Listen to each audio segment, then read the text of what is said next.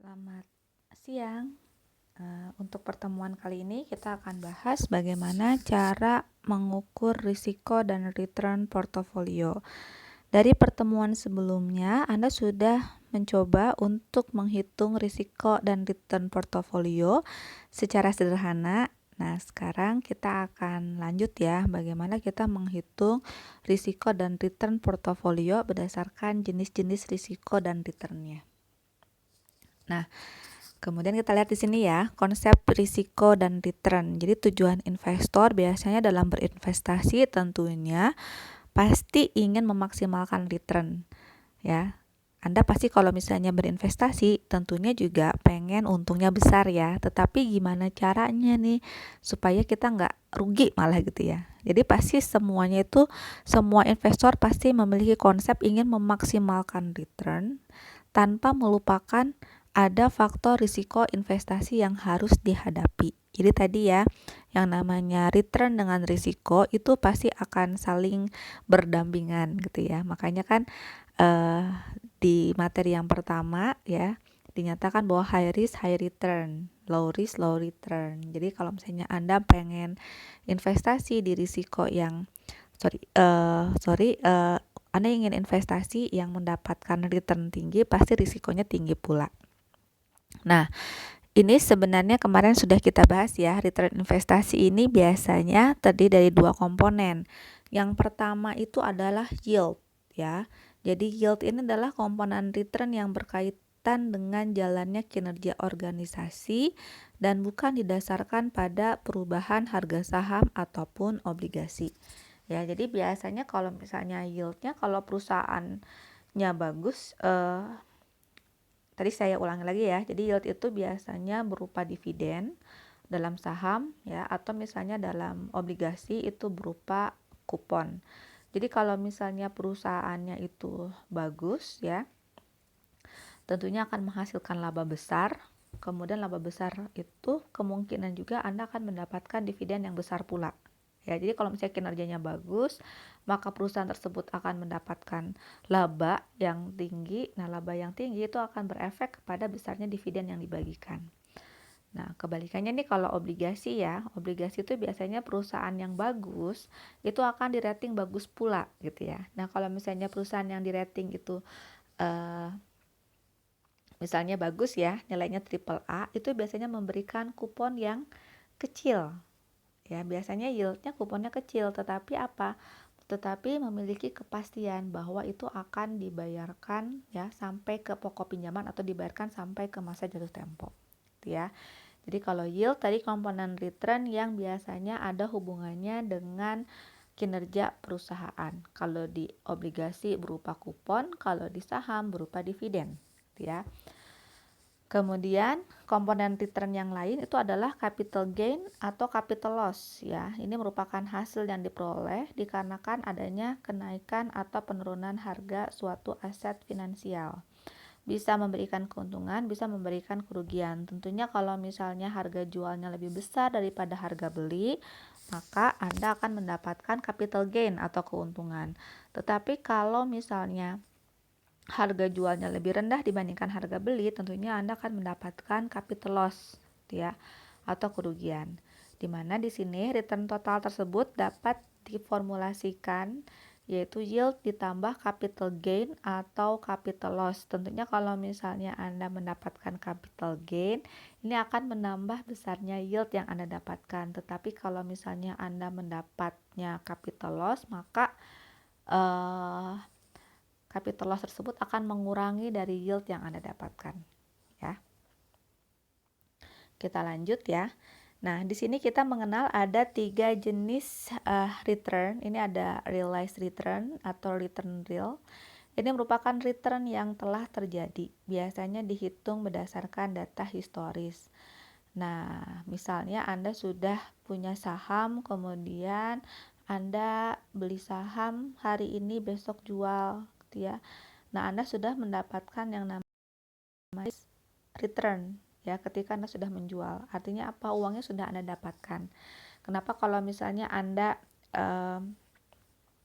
beli saham, kemudian sahamnya naik turun gitu ya. Nanti di portofolio Anda itu ada keterangan unrealized gain atau loss ya, disebut unrealized berarti sebelum Anda execute jual sahamnya tersebut, artinya gain atau lossnya belum terjadi. Tetapi kalau Anda sudah execute, Anda menjual sahamnya, Anda bisa mendapatkan berapa sih realized return-nya, atau realized gain atau realized loss gitu ya. Nah, data historis ini realized return ini biasanya akan digunakan sebagai penentuan return ekspektasi atau expected return dan risiko di masa yang akan datang, gitu ya. Nah, kemudian kita mengenal lagi yang disebut sebagai expected return. Apa itu expected return? Ini return yang diharapkan ya, dan diperoleh oleh investor di masa yang akan datang. Jadi biasanya dari realized return kita lihat ya data historis. Misalnya Anda lihat, wah kemungkinan ternyata saham A ini secara historis nggak pernah nih returnnya turun di bawah 10%. Itu sudah menimbulkan suatu ekspektasi ya, ekspektasi bahwa saham A ini pasti nilainya di atas 10% karena secara historis ternyata tidak pernah di bawah 10%. Nah, itu biasanya digunakan oleh investor untuk menentukan kira-kira berapa sih return di masa yang akan datang dengan memperhatikan data historis. Tetapi return ekspektasi atau expected return ini sifatnya masih perkiraan ya, dan belum terjadi. Dan mungkin pasti harganya berubah gitu ya, tergantung bagaimana kondisi di pasar modal. Kemudian ada lagi di sini yang disebut sebagai required return atau return yang dipersyaratkan. Ini adalah return yang diperoleh secara historis yang merupakan tingkat return minimal yang dikehendaki oleh investor atas preferensi subjektif investor terhadap risiko.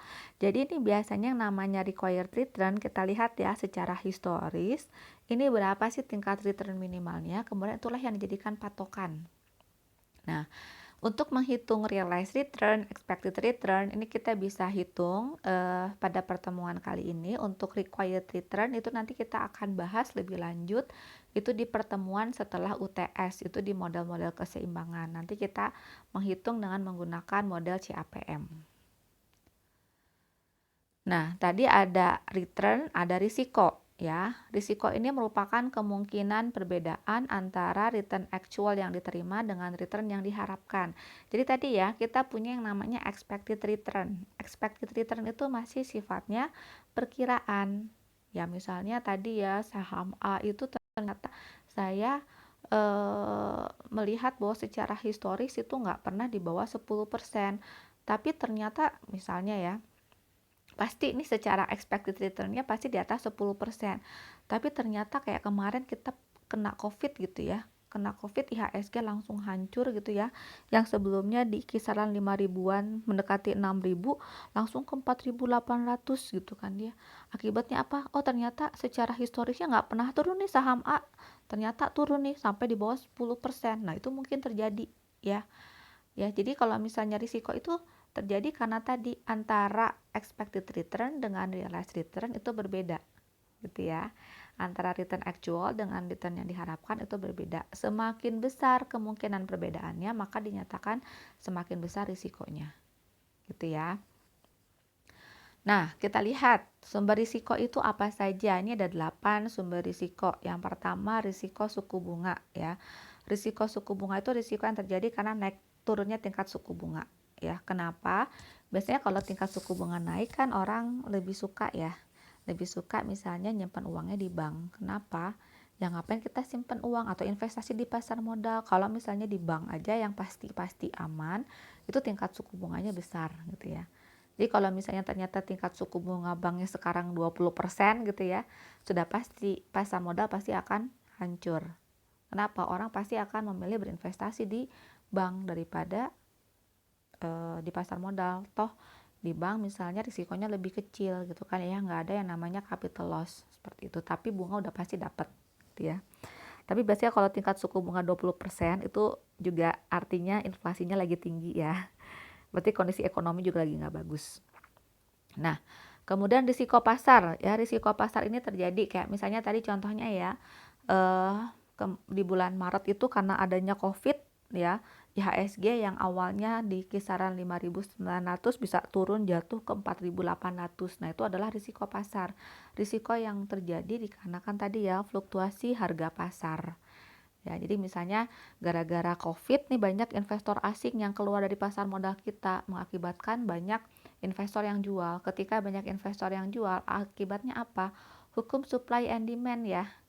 Jadi misalnya di sini ketika banyak yang jual, berarti misalnya banyak orang yang takut nih ya, berarti demand-nya akan turun, supply-nya makin banyak sehingga harga akan menjadi turun. Ya, seperti itu. Jadi risiko pasar itu adalah risiko yang terjadi ya di keseluruhan pasar atau terjadi akibat adanya fluktuasi harga pasar. Kemudian ada risiko inflasi. Ya, risiko inflasi tadi.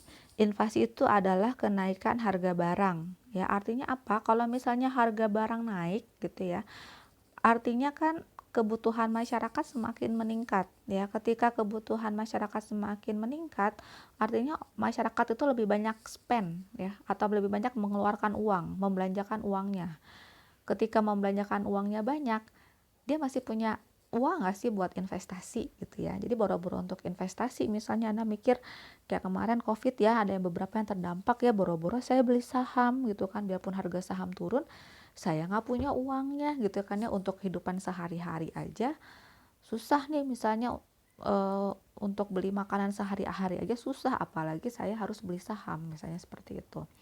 Akibatnya apa ya? Biasanya kalau inflasi semakin tinggi, ya biasanya nanti risikonya juga akan semakin tinggi untuk berinvestasi di saham. Kemudian ada risiko bisnis ya. Jadi risiko bisnis ini biasanya tergantung kepada jenis perusahaan gitu ya. Kayak misalnya ketika COVID mungkin yang perusahaan-perusahaan consumer goods gitu ya, atau perusahaan makanan gak ada masalah. Tuh orang ketika COVID ya masih butuh istilahnya makanan ya, masih butuh misalnya untuk membersihkan badan gitu kan ya. Nah, itu ternyata nggak ada masalah. Tetapi kalau misalnya perusahaan-perusahaan, kalau kita lihat ya, seperti perusahaan otomotif atau perusahaan properti, pasti pada saat COVID kemarin tuh turun. Kenapa? Ya tadi ya, orang pikir ngapain kita beli misalnya rumah, atau ngapain kita misalnya beli mobil sekarang, toh kita juga nggak boleh keluar rumah gitu kan ya, kita mau kemana. Nah, akibatnya apa? Ya tadi, itu disebut oleh risiko bisnis. Risiko bisnis itu berbeda-beda tergantung dari jenis bisnisnya. Kayak misalnya mungkin pada saat COVID ini, bisnis farmasi gitu ya, industri kimia itu lagi naik gitu kan ya. Kenapa? Ya tadi, karena kebutuhan masyarakat misalnya membutuhkan tadi ya, membutuhkan obat-obatan atau vitamin untuk tetap sehat itu semakin besar. Nah, kemudian risiko finansial ini juga risiko yang terjadi, ini biasanya tergantung kepada jenis perusahaannya ya. Jadi risiko finansial ini tergantung misalnya dari sisi kira-kira apakah perusahaan tersebut misalnya mampu atau enggak melunasi hutang-hutangnya ya, baik itu jangka pendek maupun jangka panjang. Tentunya ini juga tergantung dari jenis perusahaannya. Jadi kalau misalnya ternyata beberapa perusahaan seperti perusahaan infrastruktur itu pasti memiliki hutang yang besar gitu kan ya. Nah, berbeda misalnya dengan perusahaan-perusahaan seperti misalnya jasa keuangan. Nah, jasa keuangan kan dia untuk menyalurkan kreditnya menggunakan dana pihak ketiga. Jadi biasanya rata-rata hutangnya nggak sebesar misalnya dari perusahaan infrastruktur. Kemudian risiko likuiditas. Ini risiko likuiditas ini terjadi apabila perusahaan ternyata lebih banyak misalnya memiliki piutang gitu ya. Jadi biasanya terjadi apabila perusahaan itu banyak melakukan penjualan secara kredit ya. Mungkin ini juga terjadi pada perusahaan otomotif dan perusahaan properti ya, di mana rata-rata mereka ketika menjual mobil, menjual motor atau menjual properti itu pasti akan menjual secara kredit ya, sehingga kadang suka terlihat wah ternyata penjualannya banyak gitu ya, tetapi nggak ada uangnya atau nggak ada cash flow-nya. Itu biasanya memiliki risiko likuiditas. Termasuk misalnya bank juga mungkin ya terjadi risiko likuiditas apabila banyak kredit yang macet ya. Kemudian nilai tukar mata uang asing ya. Nilai tukar mata uang asing ini terjadi apabila perusahaan banyak menggunakan eh misalnya perusahaannya tersebut memang dia bergerak di ekspor import ya. Kalau yang namanya bergerak di ekspor import pasti sangat sensitif terhadap perubahan nilai tukar mata uang. Kenapa? Misalnya kalau misalnya yang biasa ekspor gitu ya, ternyata nilai tukar rupiahnya misalnya meningkat, dia akan untung gitu ya. Dia akan untung, kenapa? Ya tadi ya, dia misalnya memproduksi di Indonesia tapi dia jual keluar dalam bentuk dolar. Dia kalau misalnya dolarnya lagi naik dia untung. Tetapi kebalikannya, perusahaan yang import barang, nah yang import barang itu akan rugi. Dia misalnya misalnya dia beli dalam bentuk dolar, tetapi misalnya dolarnya lagi naik nih, kemudian dia jual di Indonesia dalam bentuk rupiah, ya dia akan rugi seperti itu. Atau misalnya perusahaan-perusahaan yang memang memiliki hutang luar negeri gitu ya. Ketika nilai tukar rupiah terhadap dolarnya naik, ya udah, ya misalnya awalnya misalnya utangnya sekian masih akan naik ya berdasarkan tadi nilai tukar mata uang asingnya. Kemudian risiko negara atau country risk ini tergantung kepada keadaan kondisi politik suatu negara. Kenapa? Biasanya kalau misalnya terjadi pemilihan umum pasti akan berpengaruh juga terhadap pasar modal ya tadi ya, karena ada sisi ketidakpastian dalam atmosfer politiknya gitu ya. Karena kenapa? Karena ketika terjadi pergantian presiden maka akan terjadi misalnya perubahan atau pergantian kebijakan politik, ekonomi. Nah, itulah yang nanti akan mempengaruhi atmosfer dalam investasi. Nah, sehingga dari beberapa risiko tadi yang sudah disampaikan, kita bisa lihat ya bahwa risiko itu pada intinya dibagi menjadi dua, ada risiko sistematis atau risiko pasar, dan ada juga risiko tidak sistematis atau risiko spesifik. Jadi kalau risiko pasar atau risiko sistematis ini adalah risiko yang berkaitan dengan perubahan yang terjadi di pasar secara keseluruhan. Jadi atau systematic risk ini biasanya disebut juga sebagai risiko umum. Nah, risiko inilah yang tidak dapat didiversifikasi. Nanti kita belajar ya apa itu diversifikasi. Gitu ya. Nah, jadi kalau misalnya tadi kita lihat ya, ada country risk, ada risiko nilai tukar mata uang asing, kemudian ada risiko pasar, kemudian ada tadi lihat ada risiko suku bunga, risiko inflasi, itu semua masuk ke dalam systematic risk ya. Karena biasanya risiko-risiko tersebut akan berpengaruh kepada pasar secara keseluruhan. Nah, kemudian ada juga yang disebut sebagai unsystematic risk. Tadi contohnya ada risiko bisnis, risiko likuiditas, kemudian ada risiko finansial. Itu masuk ke dalam risiko unsystematic gitu ya. Ini adalah risiko yang spesifik terjadi hanya pada perusahaan tertentu saja atau berdasarkan pada kondisi mikro perusahaan tertentu saja. Ya. Nah, ketika kita bicara mengenai unsystematic risk, risiko inilah yang bisa diminimalkan dengan melakukan diversifikasi. Nanti kita belajar ya, diversifikasi itu apa. Nah, kita mulai masuk ya cara perhitungan. Tadi yang akan kita bahas ya di pertemuan kali ini terkait realized return dengan expected return. Nah, cara menghitung realized return ini sebenarnya sudah Anda pelajari ya di pertemuan yang kemarin. Saya akan coba untuk ulang lagi ya. Di sini biasanya cara menghitung return actual ini kan seperti tadi yang sudah dijelaskan. Ini kita tinggal menjumlahkan aja berapa sih misalnya yieldnya ditambah dengan capital gain, di mana rumus capital gain itu akan sama dengan harga jual kurang harga beli dibagi harga beli ya. Ini sebenarnya sudah Anda pelajari di pertemuan yang kemarin. Nah, ini sebagai contoh ya, misalnya Anda melakukan investasi dalam pasar modal, Anda beli sahamnya di harga $100. Kemudian selama setahun, Anda mendapatkan dividen tunai sebanyak $4 dan harga sahamnya naik menjadi $110. Maka diminta untuk menghitung return real. Tadi ya harga belinya $100, dividennya $4, kemudian harga jualnya $100. Berarti returnnya kita tinggal tambahkan. Tadi yieldnya atau dividen yang kita terima adalah $4 ditambah dengan tadi ya perubahan harga jual dengan harga beli ya, atau 110 dikurangi 100 dibagi 100 ya, atau kita dapatkan di sini returnnya adalah $14 dibagi $100 atau sebesar 14% gitu ya.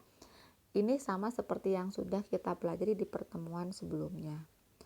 Nah, sekarang gimana kalau misalnya tadi kan kita hanya menghitung selama 1 tahun. Nah, sekarang gimana kalau misalnya kita simpen sahamnya itu bertahun-tahun ya.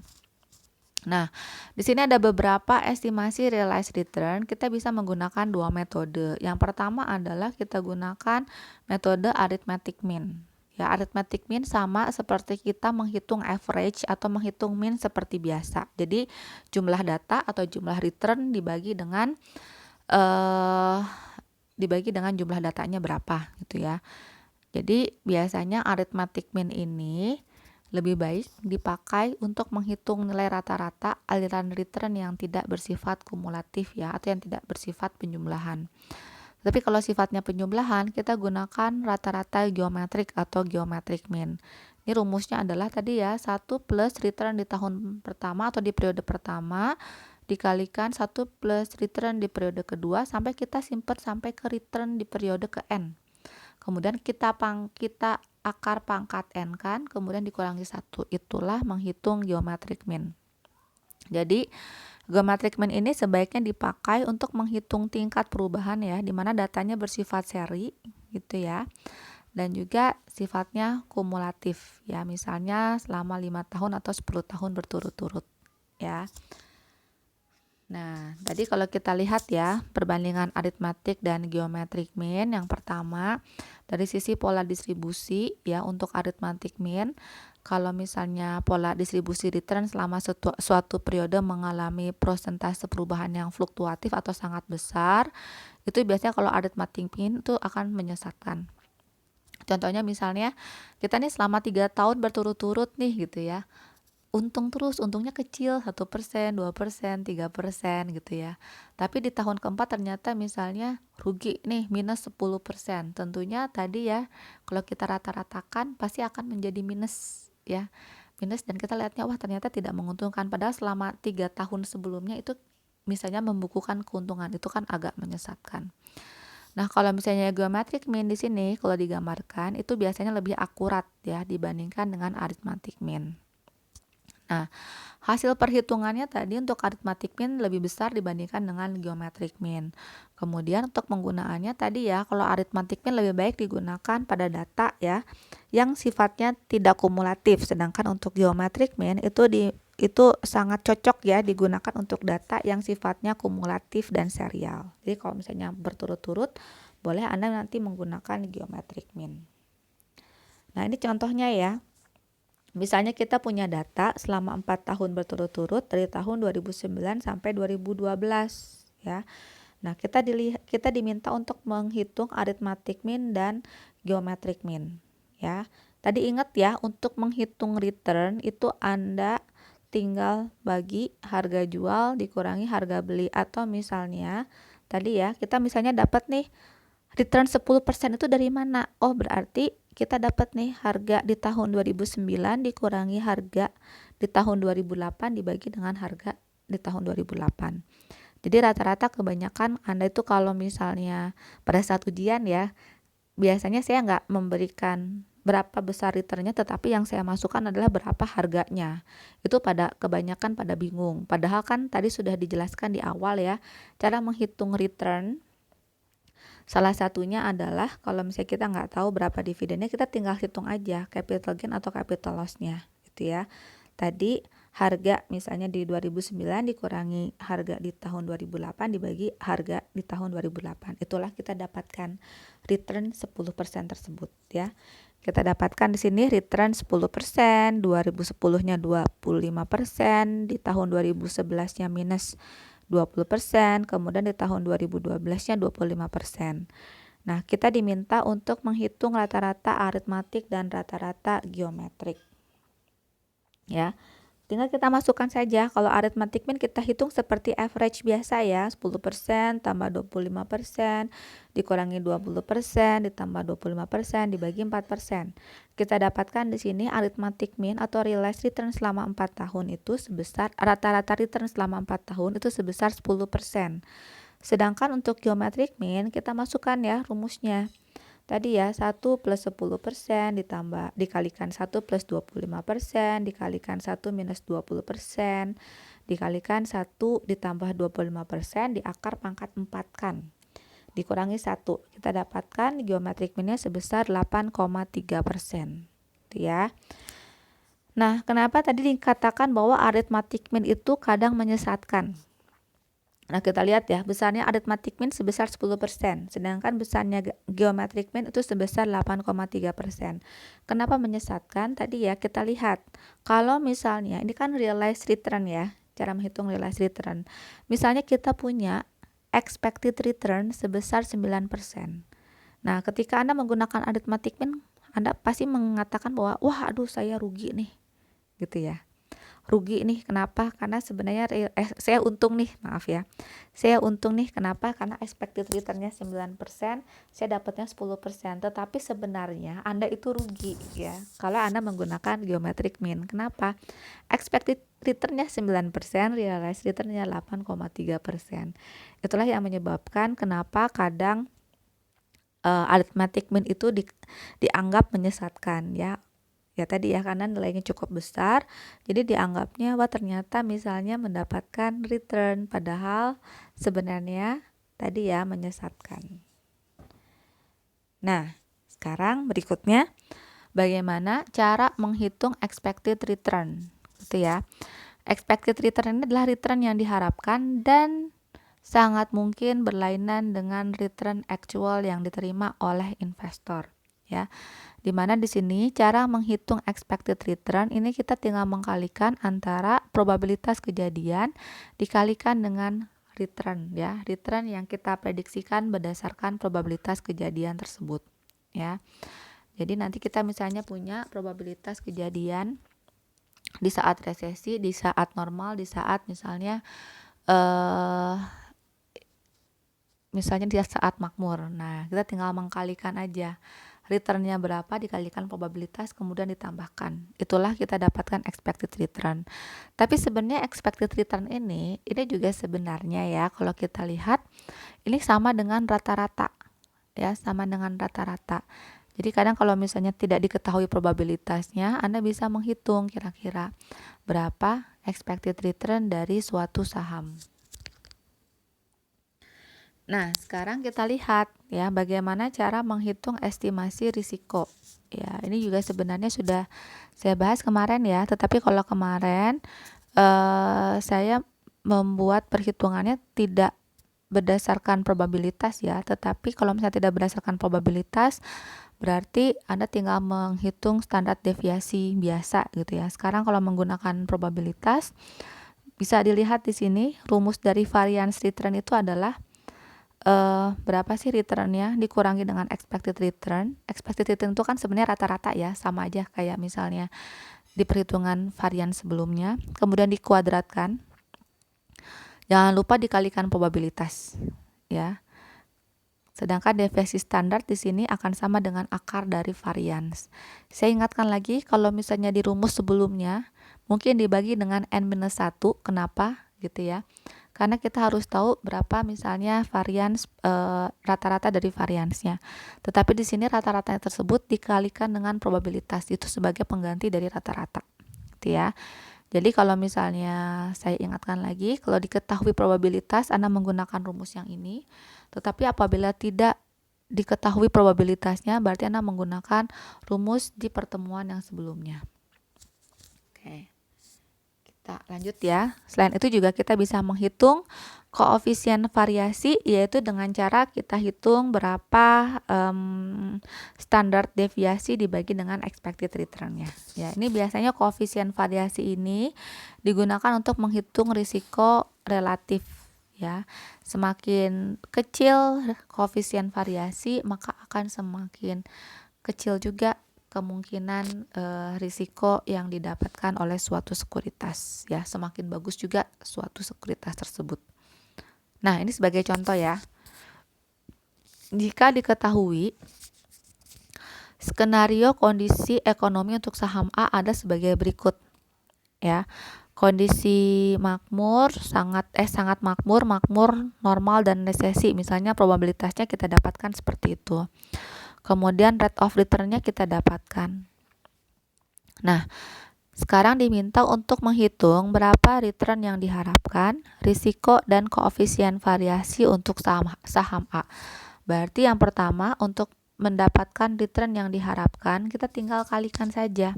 Return dikalikan probabilitasnya, kemudian ditambahkan. Jadi kalau kita lihat di sini berarti 0,3 dikalikan 0,22 ditambah 0,35 dikalikan dengan 0,19, kemudian ditambah dengan 0,2 dikalikan dengan 0,1 ditambah 0,15 dikalikan 0,06. Ya, kita dapatkan di sini hasilnya sebesar 0,1615 atau sebesar 16,15%. Itu adalah expected return-nya. Kemudian bagaimana cara menghitung risiko? Tadi ya, menghitung risiko itu kita bisa dapatkan dengan cara menghitung varians terlebih dahulu.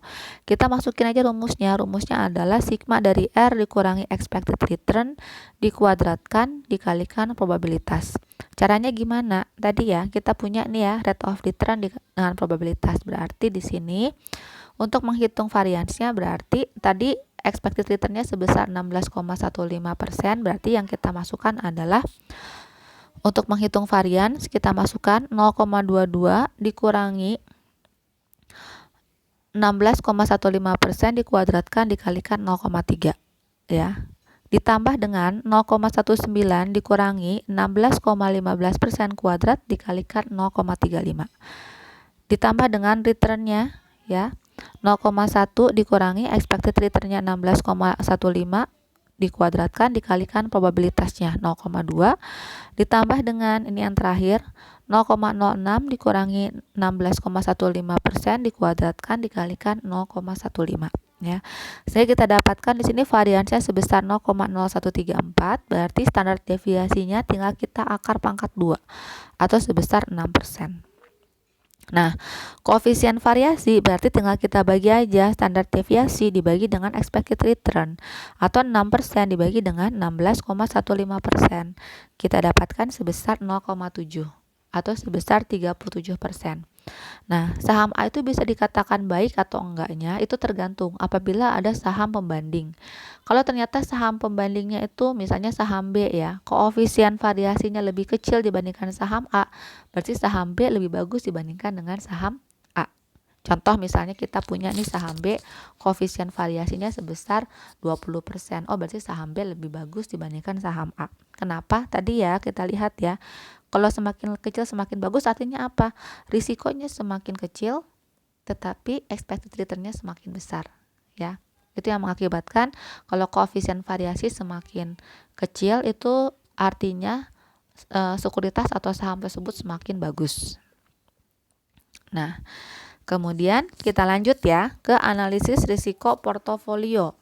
Ya, jadi dalam manajemen portofolio dikenal adanya konsep pengurangan risiko. Katanya semakin banyak saham atau semakin banyak sekuritas yang kita masukkan ke dalam portofolio kita, maka akan semakin kecil risikonya. Di sini kita punya rumus di mana risiko portofolio itu akan sama dengan risikonya berapa dibagi dengan akar pangkat N. Gitu ya. Jadi semakin banyak jumlah saham yang dimasukkan ke dalam portofolio, maka semakin besar manfaat pengurangan risiko. Nah, tetapi meskipun demikian, manfaat pengurangan risiko tersebut biasanya akan menurun sampai pada jumlah tertentu. Nah, setelah mencapai jumlah tertentu, biasanya nggak ada efeknya, nggak ada ngaruhnya terhadap pengurangan risiko. Nah, bisa kita lihat contohnya ya. Ini ada grafik. Ada grafik contohnya misalnya ketika jumlah sahamnya ini saya nggak kelihatan ya, tertutup. Misalnya jumlah sahamnya sama dengan 1. Ternyata di sini risiko portofolionya sebesar 0,09 atau 9%. Nah, tetapi kita lihat di sini ketika jumlah sahamnya sebanyak 10. Nah, kita lihat ya, di 10 ini kan grafiknya semakin menurun ya. Nah, ketika 10 ternyata di sini risikonya turun menjadi 4%. Artinya apa? Kalau kita bandingkan antara antara portofolio yang terdiri dari satu saham dengan yang terdiri dari 10 saham, itu bisa memiliki efek menurunkan risiko yang awalnya 9% menjadi 4%. Nah, tetapi tadi ya, risiko tersebut itu tidak akan memberikan dampak pengurangan sampai dengan jumlah tertentu. Sebagai contoh kita lihat ya. Ketika kita punya portofolio di harga baik itu misalnya 70 atau 80, itu kalau kita lihat risikonya nggak ada bedanya ya. Itu sama di 2%. Artinya apa? Tadi misalnya kita lihat ya, dia batas melandainya di mana? Misalnya kita lihat anggap di angka misalnya 40 atau 50. Nah, ketika di 50 itu misalnya sudah sampai nih di 2% gitu ya. Mau nanti nambah jadi 60, 70, 80 atau 100 itu biasanya ya tadi ya risikonya udah aja stay di 2%. Jadi tidak akan memberikan manfaat pengurangan ya. Nah, contohnya seperti ini. Kalau misalnya kita punya ya risiko punya sekuritas di mana setiap sekuritas tersebut memiliki risiko sebesar 20%. Kemudian kita memasukkan 100 saham dalam portofolio tersebut yang memiliki risiko yang sama. Jadi kita punya 100 saham dengan risiko masing-masing sebesar 20%. Apa yang terjadi? Kita pakai rumus yang tadi ya. Risiko portofolio akan sama dengan risiko dibagi dengan akar pangkat N atau 0,2 dibagi akar dari 100 atau 0,2 dibagi 10 atau sebesar 0,02 atau 2%. Artinya apa?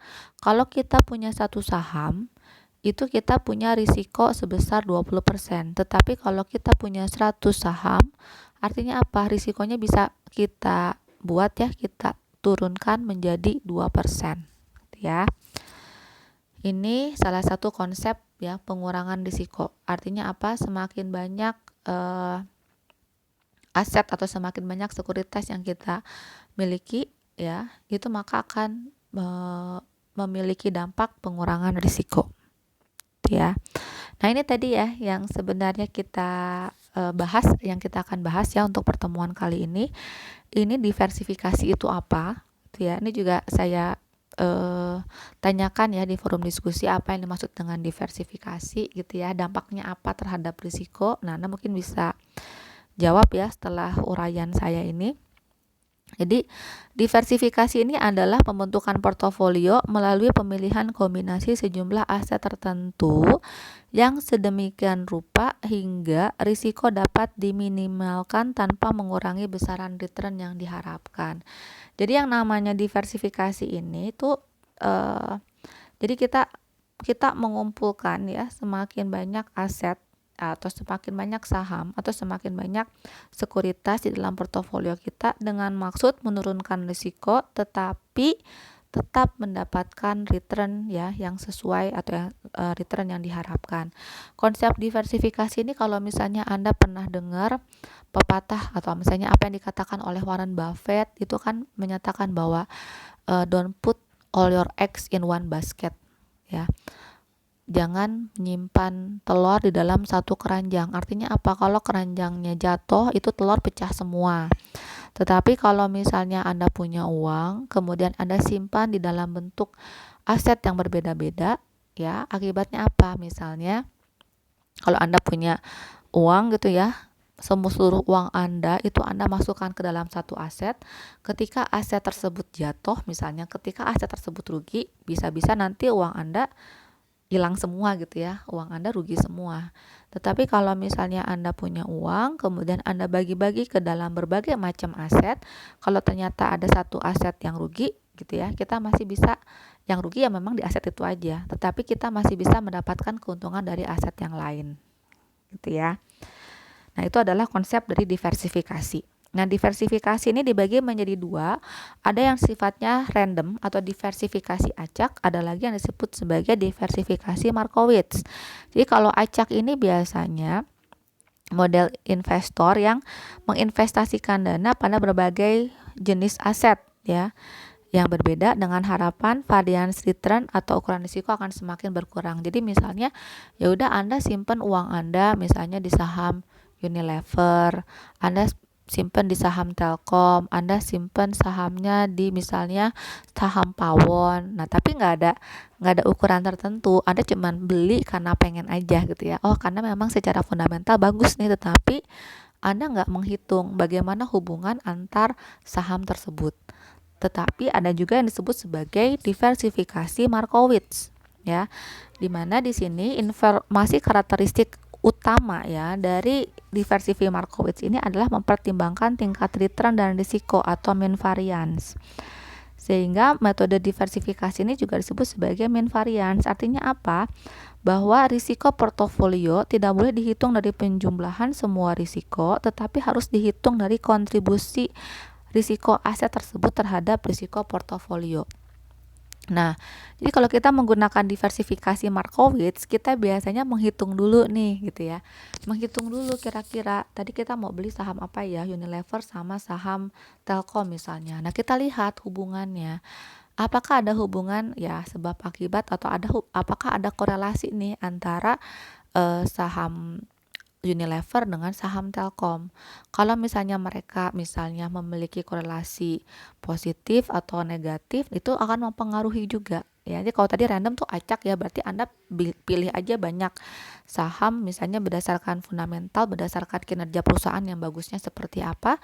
Tetapi kalau kita menggunakan diversifikasi Markowitz, kita lihat return dan risikonya berapa, kemudian kita lihat juga apakah satu saham yang satu dengan saham yang lain saling berhubungan atau enggak.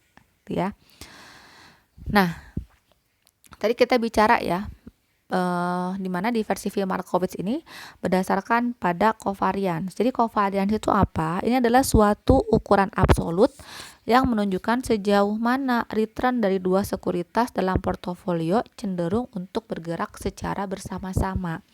Nanti ketika kita memilih suatu aset, kita lihat dulu bagaimana nih kecenderungan antara dua atau lebih aset itu bergerak bersama-sama. Artinya apa? Kalau misalnya sama-sama bergerak, nanti kita beli saham A dan saham B, kita lihat ya kalau saham A-nya naik ya, saham B-nya juga pasti naik ya. Itu pasti kita dapat untungnya lebih ya. Tetapi tadi kalau saham A-nya naik, saham B-nya naik, pasti ada kecenderungan saham A turun, saham B turun. Artinya apa? Dua-duanya kita akan rugi. Nah, yang harus kita cari itu yang memiliki sifat saling yang sifatnya negatif ya, atau saling menghilangkan risiko. Nah, kita lihat ya. Nah, caranya adalah kita bisa menghitung covariance terlebih dahulu. Di mana di sini kita lihat ya, covariance misalnya kita punya dua sekuritas, covariance A dan B ini akan sama dengan berapa sih return A dikurangi dengan expected return A dikalikan dengan return B dikurangi dengan expected return B dikalikan dengan probabilitas. Gitu ya. Nanti covariance ini kita akan gunakan untuk menghitung koefisien korelasi. Nah, apa itu koefisien korelasi?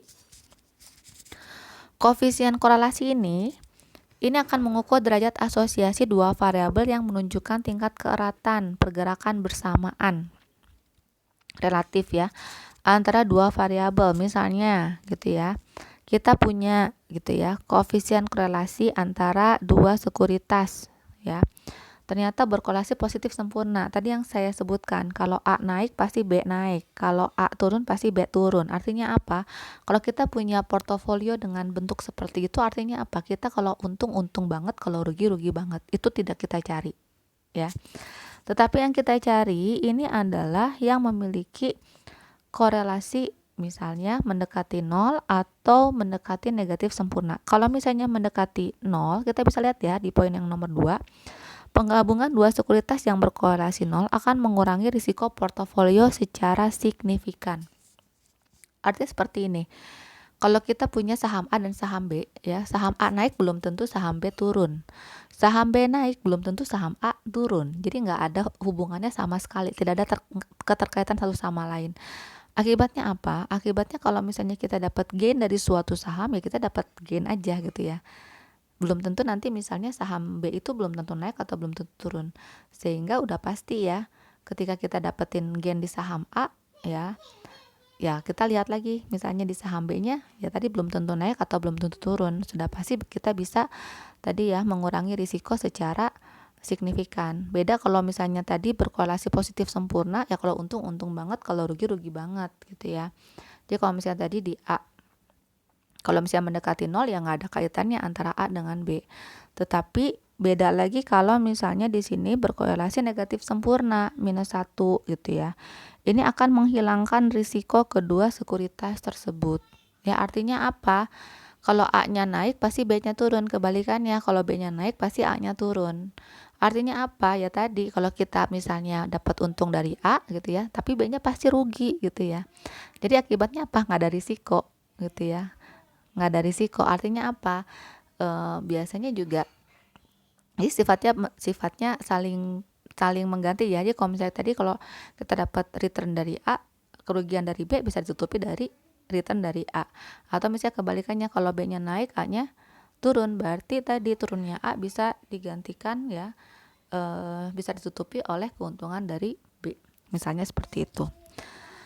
Nah, tetapi dalam dunia nyata, ketiga jenis korelasi tersebut itu biasanya jarang terjadi ya. Nah, bagaimana cara menghitung koefisien korelasi? Ini kita lihat ya.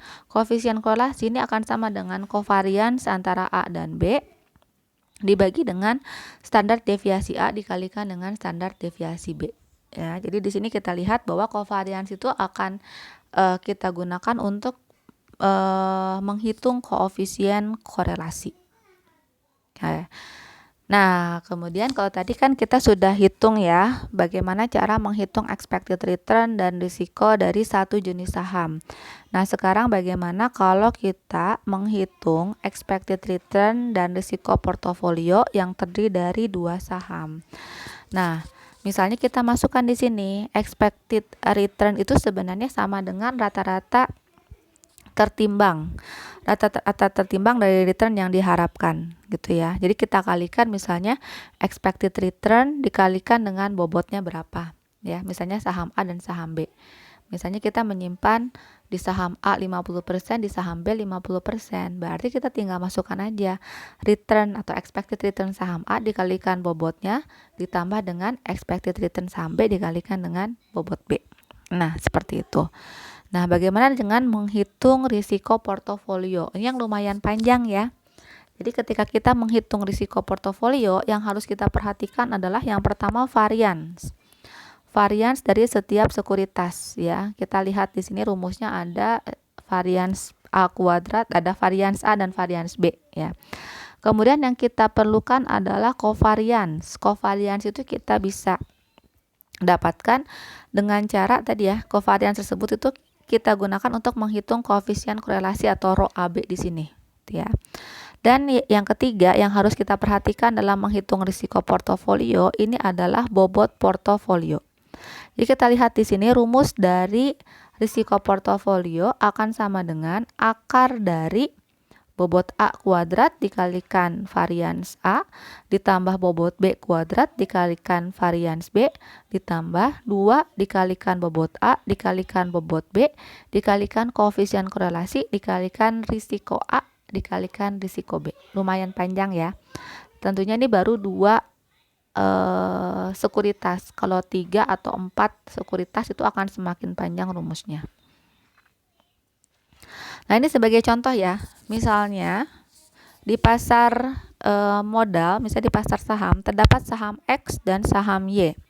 Saham X ini menawarkan return sebesar 16,15% atau expected return-nya sebesar 16,15%. Standar deviasinya sebesar 8,80%. Kemudian saham Z ini punya return sebesar 12%. Standar deviasinya 5%. Nah, investor punya uang, dia akan membeli saham X dan saham Z di mana komposisinya adalah saham X 40%, saham Z 60%.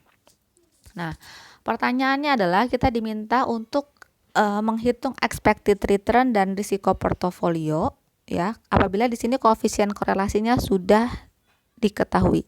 yaitu sebesar +1, 0,25 dan -1. Ya, jadi kita bisa lihat nanti perbandingan ya, bahwa dengan tadi ya kita punya koefisien korelasi yang berbeda-beda, itu bisa menurunkan risiko ya. Nah, kita masuk ke contoh kasusnya. Cara menghitung expected return mudah saja. Tadi kita punya expected return X dan expected return Z, tinggal kita kalikan bobotnya kemudian ditambahkan. Tadi yang pertama untuk bobot X itu sebesar 40% dikalikan 16,15% ditambah dengan bobot Z 60% dikalikan 12% atau sebesar 13,66%. Jadi nanti expected return itu tidak akan berubah atau sama ya, akan sama semua ya. Berapapun koefisien korelasinya pasti expected return-nya akan sama. Ya, kenapa? Karena di sini rumus expected return itu tinggal Anda kalikan bobot dengan expected return. Nggak ada kaitannya dengan risiko, nggak ada kaitannya dengan koefisien korelasi. Nah, kita hitung risikonya. Kalau koefisien korelasinya itu +1, berarti kita tinggal masukin aja ke dalam rumus yang panjang tadi ya. Risiko portofolio akan sama dengan tadi ya, bobot X adalah 40% kuadrat dikalikan dengan tadi risiko atau standar deviasinya sebesar 8,8% kita kuadratkan ditambah dengan bobot Z 60% kuadrat dikalikan standar deviasi atau risiko Z ya 5% dikuadratkan ditambah dengan 2 dikalikan bobot X bobot Z 40% 60% dikalikan risiko X risiko Z atau 8,8% kali 5% dikalikan dengan koefisien korelasi ya dikalikan dengan 1 ya. Ini kita hitung semuanya, kita dapatkan ternyata risiko portofolionya sebesar 6,52% ya. Nah, bagaimana kalau misalnya tadi koefisien korelasinya mendekati 0 gitu ya, mendekati 0 yaitu sebesar 0,25. Ini sama semuanya, tinggal kita ganti yang belakangnya aja, rho XZ-nya aja, yaitu sebesar 0,25% ya. Kemudian kita hitung di sini ya, kita dapatkan risiko portofolionya ini akan turun ya. Yang awalnya 6,52% ini akan turun menjadi 5,16%. Nah, kemudian kita hitung lagi berapa nih risiko portofolio kalau koefisien korelasinya -1. Ini juga sama, berarti tinggal kita kalikan aja atau tinggal kita ganti aja koefisien korelasinya menjadi -1. Nah, kita dapatkan di sini ternyata risiko portofolionya turun signifikan. Itu sebesar 0,52%. Artinya apa? Bisa dilihat bahwa dari perhitungan perbedaan koefisien korelasi ini mengakibatkan hubungan antara saham tersebut juga akan mengakibatkan penurunan risiko yang signifikan. Nah, nanti di tugas Anda akan saya minta untuk menghitung expected return dari 3 jenis sekuritas ya. Berarti Anda hitung ada 3 jenis sekuritas ya, expected return. Anda juga diminta untuk menghitung risiko. Dimana untuk menghitung risiko ya tentunya kalau misalnya bobot sudah diketahui, expected return sudah diketahui, standar deviasi pun sudah diketahui. Nah, nanti yang mungkin Anda harus hitung itu adalah Anda hitung berapa koefisien korelasi. Tentunya koefisien korelasi itu kita bisa hitung kalau kalau misalnya ada 3 saham berarti kita hitung ada gabungan atau misalnya ada gabungan dari kan covariance itu kita hanya bisa menghitung per 2 sekuritas ya. Berarti nanti kita punya sebagai contoh saham A, B, dan C, berarti kita harus membuat koefisien korelasi antara A dan B, A dan C, dan B dan C. Ya, artinya kita juga harus menghitung berapa covariance antara A dan B, A dan C, kemudian dengan B dan C. Itu ya. Sehingga nanti ketika menghitung risiko portofolionya pun rumusnya jauh lebih panjang daripada rumus di contoh seperti ini. Silakan dicoba dulu. Apabila ada pertanyaan terkait materi dan tugas, bisa ditanyakan di forum diskusi atau juga bisa ditanyakan melalui WA Group. Mungkin itu saja, cukup sekian. Nanti kita ketemu lagi minggu depan dalam pembahasan yang berbeda. Terima kasih.